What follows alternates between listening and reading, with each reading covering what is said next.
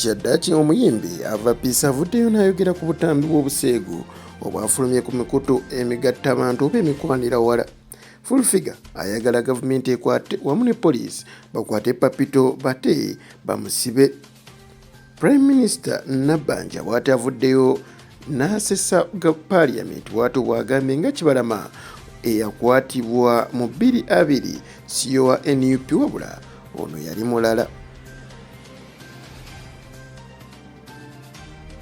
Bakulisayo mwenna abafa mirimu kansubire nti byonna bitambudde bulungi. Gano ge mawulire gaffe wano ku Fik Media essaawa zibeera 4. Nze Shafik Luwanga.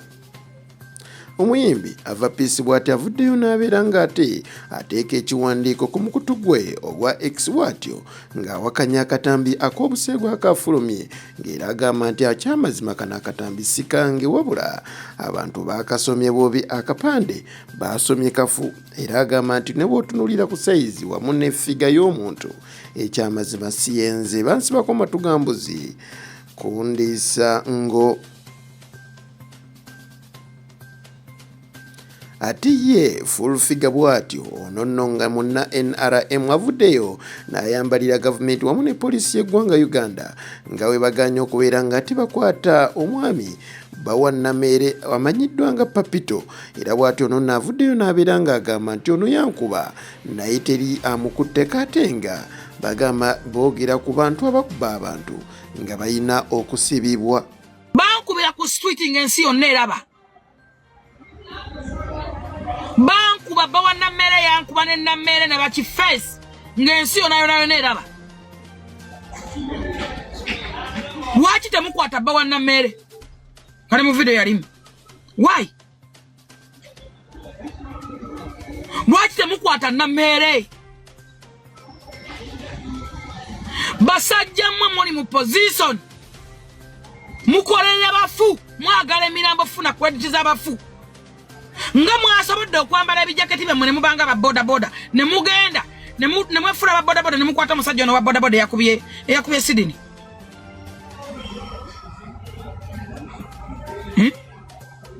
Why? Uganda limwe byana nagana. Uganda mulimu abantu abatalina kukwatibwako. Mwe basajja mwe mutwese emitima emibi wekitiibwa magambo bino mbikugamba yo my friend.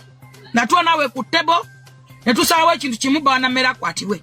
Lwaki temukwata Bawannamere? Yankuba video zonna ziraganga Bawannamere ankuba ku street singa ne fale mwani mukutte. Lwaki mwagala okulwanirira nnyo abafunga abalamu we bale basobola okwerwanirako tembafaako? Omuduumizi wa poliisi okoze kyamaanyi nnyo obutaba bannayuganda bwenkanya. Kati mulaga nti mukola nnyo kubanga Sydney abadde azanya rugby ng'azanya ne banka. Mulaga nti mukola nnyo nga yafudde. Mulaga nti mukola nnyo nga mufu. Nga nze omulamu wendi bagamba mukwate yankuba muganda. Mukola ki? Pulezidenti Museveni yawa BD eguddemu ensasagge olunaku lwaleero oluvannyuma lwakulira ate oludda akulira emirimu egya gavumenti mu Paalamenti omukyala Nabbanja bw'atyo wavuddeyo n'akatema Paalamenti nga we batamanyi ku Kibalama. Kino kiddiridde oluvannyuma lwakulira oludda oluwabula gavumenti omukulu Joel Ssenyonyi okuvaayo, ate bw'atyo n'asaba aliko kakati nga sipiika omukulu Oboth basobole okuba nga bata abasibe ba NUP wamu n'ab'ebibiina ebirala abaasibwa ku bintu nsonga z'ebyobufuzi. Ono avuddeyo n'agamba nga Kibalama ate ekyamazima bwe yabulira ddala. There's a gentleman called John Bosco Kibalama.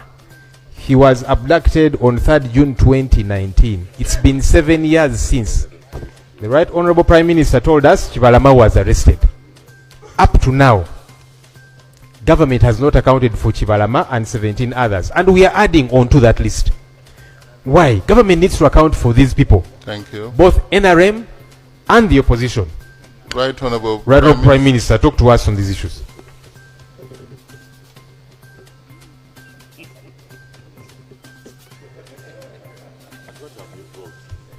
Right Honorable Speaker and honorable members, I will start from in 2021, while we are here, In a place called Kavule, there is our chairman called Chibalama. And that's the man I meant.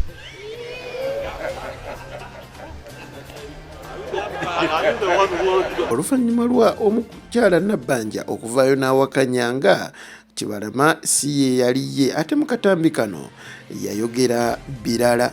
Chibalama was stressed. He was arrested recently in October in a place called Kakiri, and he's one of those that is claimed to have killed police officers in Chiboga, Wakiso and other places. Ekiri ekalangala akalulu katandise okubeera ng'ate katabula abantu era olunaku lwaleero ab'ebibiina ebyenjawulo basobodde okuba nga beewandiisa era bw'ati omukyala Nampala Irene ono nno nga ye mukulu w'omukyala Helen yasobola okubeera nga atuva ku maaso bw'ati naye asobodde okuba nga yeewandiisa ku tiketi y'ekibiina kya National Unity Platform ono awerekeddwako kitaawe wamu n'omwami we Getako ne akulira oba Secretary General wa NUP wamu n'abawagizi ba NUP abalala. I, Governor Ronald, being the returning officer for Kalanga Electoral District, pursuant to Parliamentary Act Cap 177, declare Nampala Irene duly nominated as a candidate to contest for the election of woman representative to the Parliament for Kalangala District. I congratulate you. People power! People power! People power! Our power!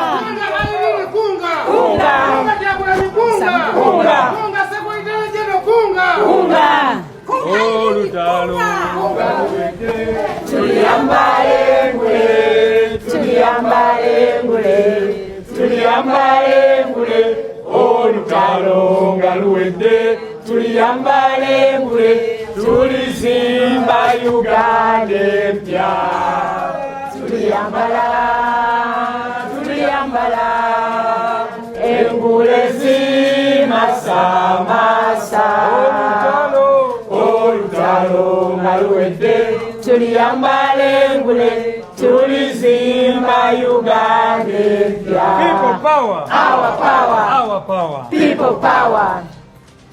Ensasagge ate nayezzeewo nga ba NRM basinkanya ba NUP mu masaŋŋanzira.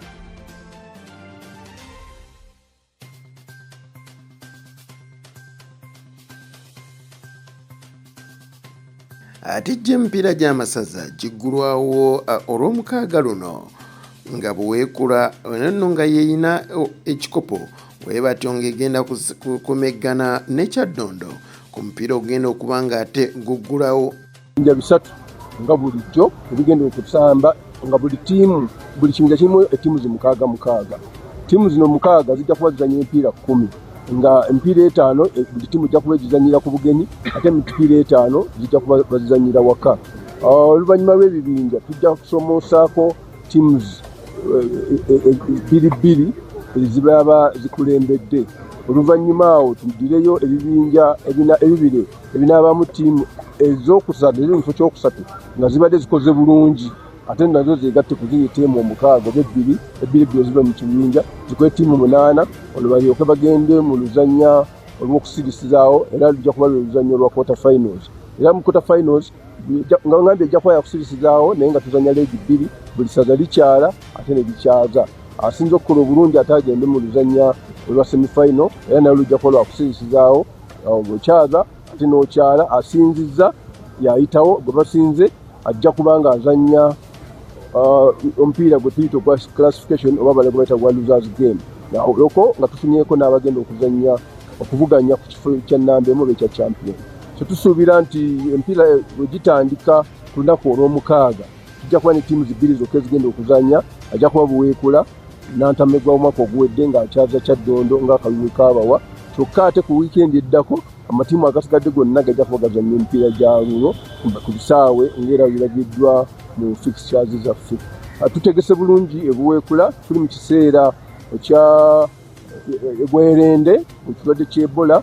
Tutegese okulaba nga tuwa service esobola okuyamba abantu ba Ssaabasajja Kabaka okwekebeza obulwadde buno ate era mu ngeri endala okulaba nga bakuumibwa butiribiri baleme kubeera nga busaasaana. Tetwaga kusa mpira guno ng'okusaasanya obulwadde. Era mu ngeri emu tugenda kuba ne services ezikwata ku mukenenya ng'okukebera no counselinga. Bigenda kubeera nga omupiira tegunnaba kubeerawo, naye nga ebibeerawo eri ababyagala atayagadde tewaliwo mutawaana ajja kubaana bamupiira. Omupiira tugutegese, ekisaawe kiri kigazi bulungi, awakyamirwamu wewali, ebyokulya n'ebyokunywa bigenda kubeerawo ku kisaawe Mubende ku NTC. Abantu abanaatuula bajja kutuula, abayimirira bajja kubeera batono nnyo, era omuntu ajja kubasazeewo okuyimirira kubanga ew'okutuula wewali walungi nnyo. Omupiira tugusuubira okutandika ssaawa 9 era tusaba abawagizi bonna babe nga batuuse kubanga omugenyi omukulu ate yajja kutuula ku ssaawa 8 tusobole okuba nga tutandika omupiira ku ssaawa 9 ne protocol z'omupiira. Kikoofu yennyini etandika ddala ku ssaawa 10 omupiira gusobole okuba nga gugwa mangu. Mu mupiira guno gwe gumu ku mipiira egibeera ku fixture, n'olwekyo si gwa kusirisizaawo. Oline bwe baba bagudde draw result tujja gitwala. Awangudde atwala obubonero bwe 3, n'owangudde n'atwala 0. Ate bagwa draw nga buli omu atwala 2-2. So kisigwa agamba nti tugenda mu penalty olw'okubanga bagudde draw. Ekyo tekijja tutwala mu penalty. So jangu nga bukyali onyumira omupiira. Ebyokulya n'ebyokunywa bijja kubeerawo. Akuuma atakuumira mpeera. Tusinkane olunaku lw'enkya essaawa 4 ez'akawungeezi ate nga tukutuusaako ebimu ku ebyo ebibaddewo mu lunaku.